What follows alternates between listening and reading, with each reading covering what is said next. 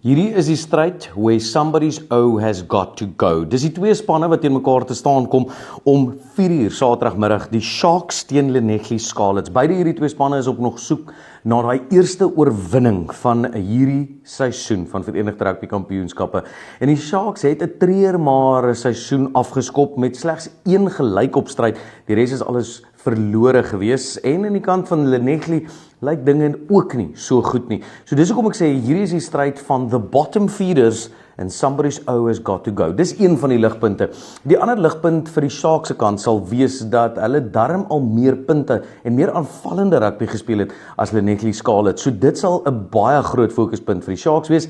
Daarteen sal die Scarlets wil wys dat die tuisveld voordeel by die Sharks dalk 'n minder van 'n voordeel sal wees as wat hulle dit sal wil toegee. Gaan die skare help om die Sharks se eerste oorwinning te kan gee, of is die Sharks mans genoeg, of sal ek sê haai genoeg, om hierdie eerste oorwinning van die 2025 rugby kampioenskap kompetisie te kan kry?